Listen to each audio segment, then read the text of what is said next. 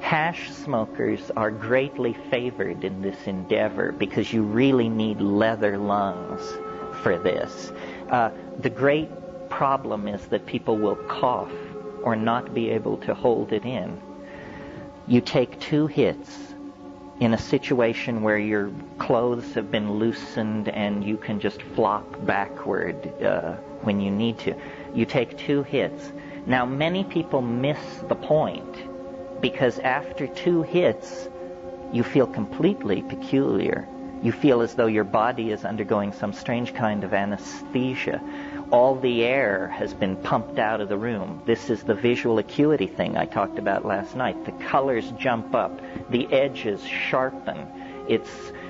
And at that point, people say, whoa, wow, it's really coming on strong. And then what you have to do is you have to take one more enormous hit. And this separates the intrepid from the casual, believe me. Because most people, and the facilitator doesn't want to lean on the person. You say, damn it, take the 3rd hit. And say, no, I feel completely weird. Say, I know you feel weird, but take the 3rd hit.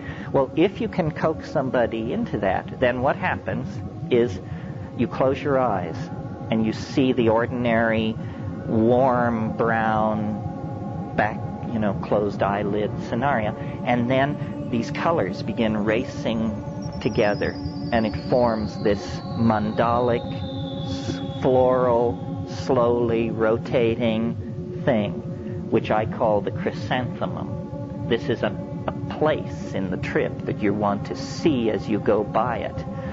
The chrysanthemum forms, and you watch it for like 15 seconds. If it doesn't give way, then you didn't do enough.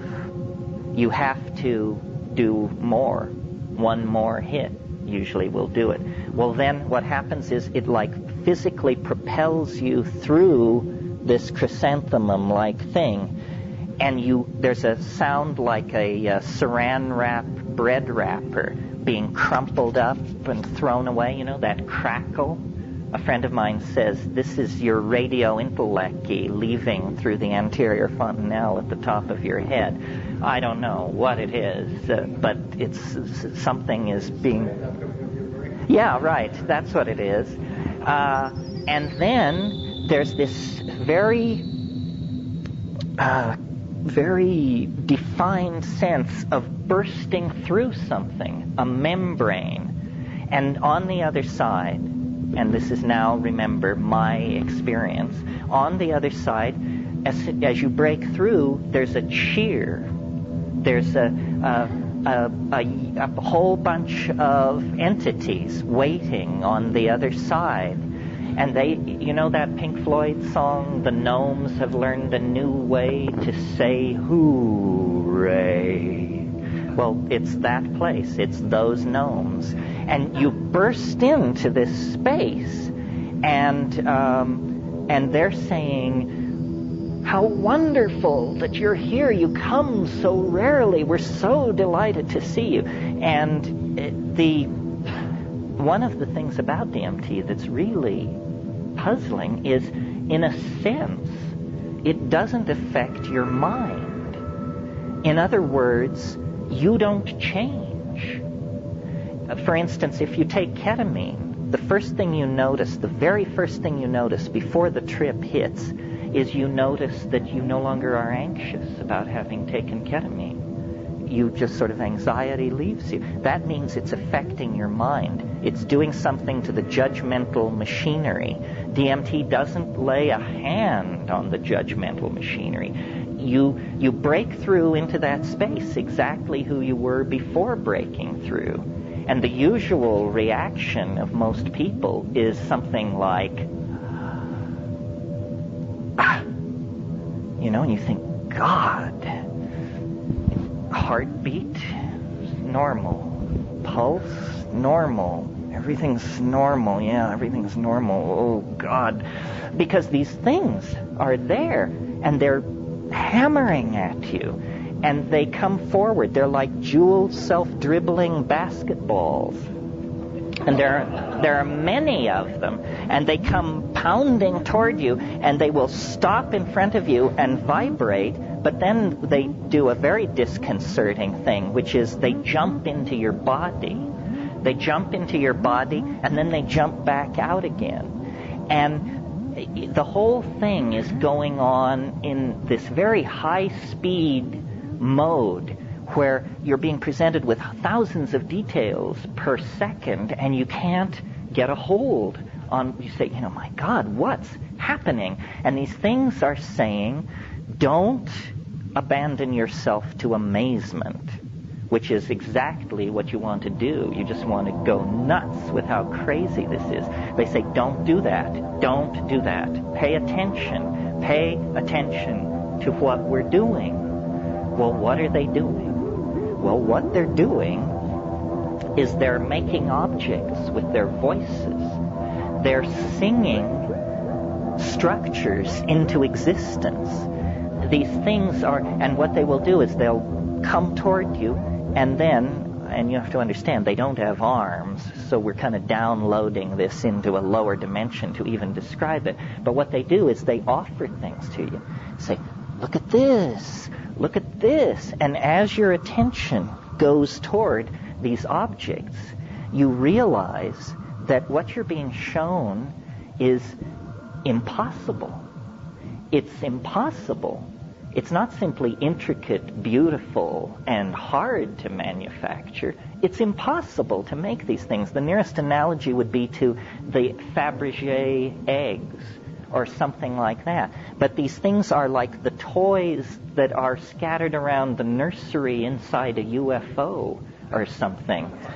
Celestial toys. And the toys themselves appear to be somehow alive. The toys themselves can sing other objects into existence. So what's happening is there's just this proliferation of elf gifts. And the elf gifts are moving around singing, and the whole thing is directed toward, they're saying, do what we are doing. And they're very insistent. They say, do it, do it, do it. And you feel like a bubble. And now this is subjective. I mean, only 5% report this, but it happens to me. You feel like some kind of bubble inside your body that's beginning to move up toward your mouth. And when it comes out, it isn't sound, it's vision. You discover that you can pump stuff out of your mouth by singing, and they're urging you to do this. They say, that's it, keep doing it. And the whole thing is like, we're now at minute 4.5 with this stuff. And you speak in a kind of glossolalia. There's a spontaneous outpouring of syntax unaccompanied by what is normally called meaning. It's sort of, he ding wow wak saptivi muldektipi dinget wahaxikipipinem wahavedektam bohagagetek.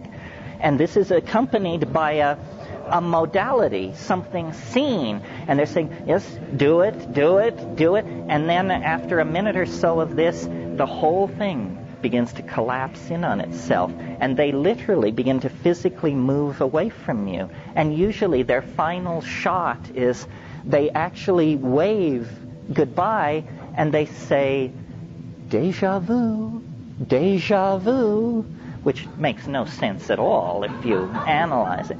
So then you come down, and you're now at minute 6 to 7, and you come down, and it's like being more loaded than you've ever been. It's like about a 700 mic acid trip, but you embrace it as totally down. You say, I'm totally down. I mean, you look like a termite from Arcturus, and the room is decorated in Amish quilts, but I'm completely back. And then, over a minute or a minute and a half or so, the room just comes right back together, and 4 minutes after that, some people can give no account of it whatsoever. They just say, I don't know. It was the weirdest thing that ever happened to me, and I can't remember it now.